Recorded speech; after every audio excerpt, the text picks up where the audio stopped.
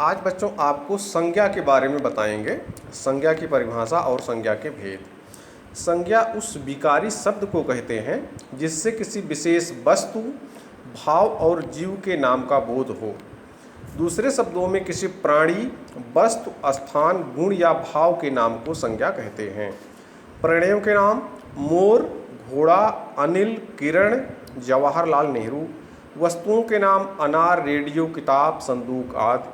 स्थानों के नाम कुतुब मीनार, नगर, भारत, मेरठ आदि। भावों के नाम वीरता, बुढ़ापा, मिठास आदि। यहाँ वस्तु शब्द का प्रयोग व्यापक अर्थ में हुआ है, जो केवल वाणी और पदार्थ का वाचक नहीं वरन उनके धर्मों का भी सूचक है। साधारण अर्थ में वस्तु का प्रयोग इस अर्थ में नहीं होता, अतः वस्तु के अंतर्गत प्राणी, पदार्थ और धर्म आते हैं। इन्हीं के आधार पर संज्ञा के भेद किए गए हैं। संज्ञा के भेद। संज्ञा के 5 भेद होते हैं: व्यक्तिवाचक संज्ञा, जातिवाचक संज्ञा, भाववाचक संज्ञा, समूहवाचक संज्ञा और द्रव्यवाचक संज्ञा। ये जो 5 भेद है, ये आज की किताबों में आज के समय में नहीं बताया जाता।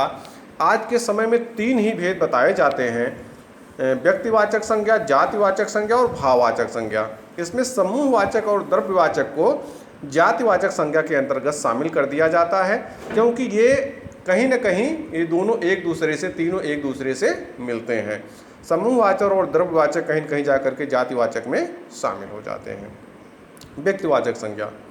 जिस शब्द से किसी विशेष व्यक्ति, वस्तु या स्थान के नाम का बोध हो उसे व्यक्तिवाचक संज्ञा कहते हैं। किसी विशेष व्यक्ति, अब जैसे व्यक्ति का नाम रवीना, सोनिया गांधी, श्याम, हरि, सुरेश, सचिन आदि। वस्तु का नाम कार, टाटा, टाटा चाय, कुरान, गीता, रामायण आदि। स्थान का नाम ताजमहल, जयपुर। दिशाओं के नाम उत्तर, पश्चिम, पूरब, दक्षिण। देशों के नाम भारत, जापान, अमेरिका, पाकिस्तान, वर्मा। राष्ट्रीय जातियों के नाम भारतीय, रूसी, अमेरिकी। वस्तुओं के समुद्रों के नाम काला सागर, भूमध्य सागर, हिंद महासागर। नदियों के नाम गंगा, ब्रह्मपुत्र, ओल्गा, कृष्णा, कावेरी। पर्वतों के नाम हिमालय, विंध्याचल, अलकनंदा। नगरों, चौकों और सड़कों के नाम, पुस्तकों तथा समाचार पत्रों के नाम।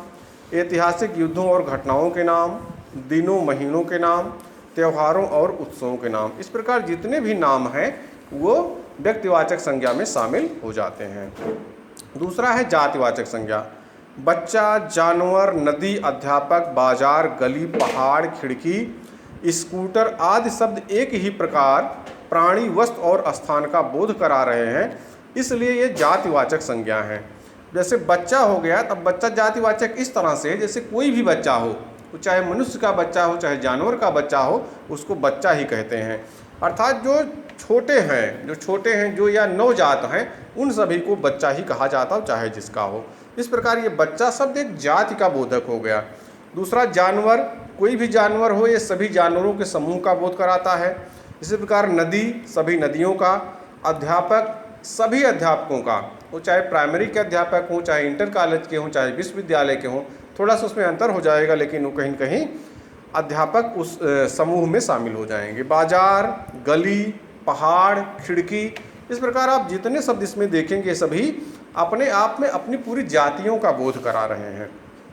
इस तरह से जिस शब्द से किसी जाति के सभी प्राणियों या पदार्थों का बोध होता है उसे जातिवाचक संज्ञा कहते हैं। जैसे लड़का, पशु, पक्षी, वस्तु, नदी, मनुष्य, पहाड़ आदि। लड़का से राजेश, सतीश, दिनेश आदि सभी लड़कों का बोध होता है। पशु पक्षियों से गाय, घोड़ा, कुत्ता आदि सभी जाति का बोध होता है। वस्तु से मकान, कुर्सी, पुस्तक, कलम आदि का बोध होता है।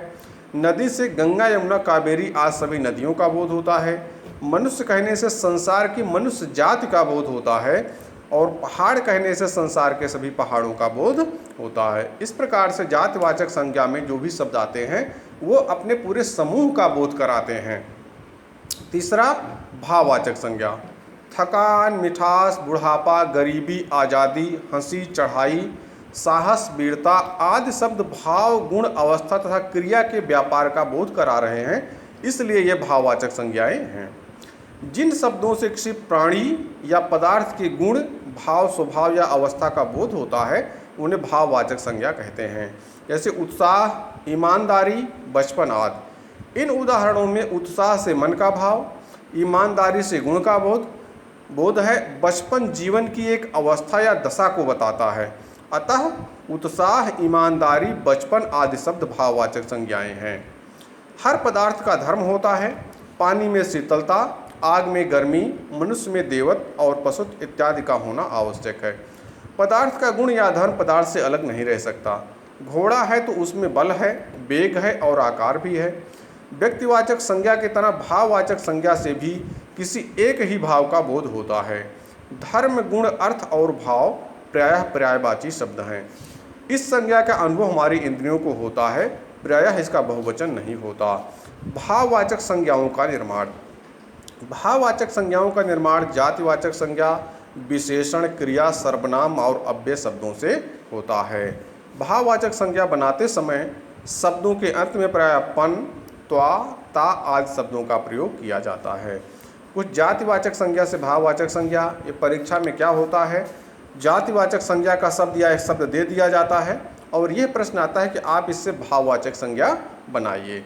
तो कुछ उदाहरण आपको हम यहाँ बता देते हैं। जैसे जातिवाचक संज्ञा से भाववाचक संज्ञा बनाना। स्त्री, स्त्रीत्व, मनुष्य, मनुष्यता, शास्त्र, शास्त्रीयता, पशु, पशुता, धनुज, धनुषता, पात्र, पात्रता, लड़का, लड़कपन, दास, दासत्व, अध्यापक, अध्यापन, भाई, भाईचारा, पुरुष, पुरुषत्व, जात, जातीयता, बच्चा, बचपन, नारी, नारित्व, बूढ़ा, बुढ़ापा, मित्र, मित्रता, पंडित, पंडिताई, सेवक, सेवा। विशेषण से भाववाचक संज्ञा बनाना। लघु, लघुता, एक, एकता, खट्टा, खटाई, गंवार, गंवारापन, गंवारपन, बूढ़ा से बुढ़ापा, नवाब से नवाबी, बड़ा से बड़ाई, भला से भलाई, ढीठ से ढिठाई, लाल से लाली या लालिमा, सरल से सरलता या सारल्य, परिश्रमी से परिश्रम, गंभीर से गंभीरता या गांभीर्य, स्पष्ट स्पष्टता, अधिक से अधिकता, सर्द सर्दी, मीठा मिठास, सफ़ेद सफ़ेदी। इसके बाद और सब उदाहरण दिए हैं, आप इसको यहाँ से पढ़ लेना। फिर एक क्रिया से भाववाचक संज्ञा। खोजना से खोज, जीतना जीत, लड़ना लड़ाई, चलना चाल या चलन, देखना दिखावा, सींचना सिंचाई और रंगना रंगाई। इसी प्रकार के और उदाहरण हैं, आप इसको पढ़ लीजिएगा। संज्ञा से विशेषण। अंत, अंतिम, अवश्य, आवश्यक, अभिमान, अभिमानी, इच्छा, ऐच्छिक, ईश्वर, ईश्वरीय, उन्नति और उन्नत, क्रोध, क्रोधी।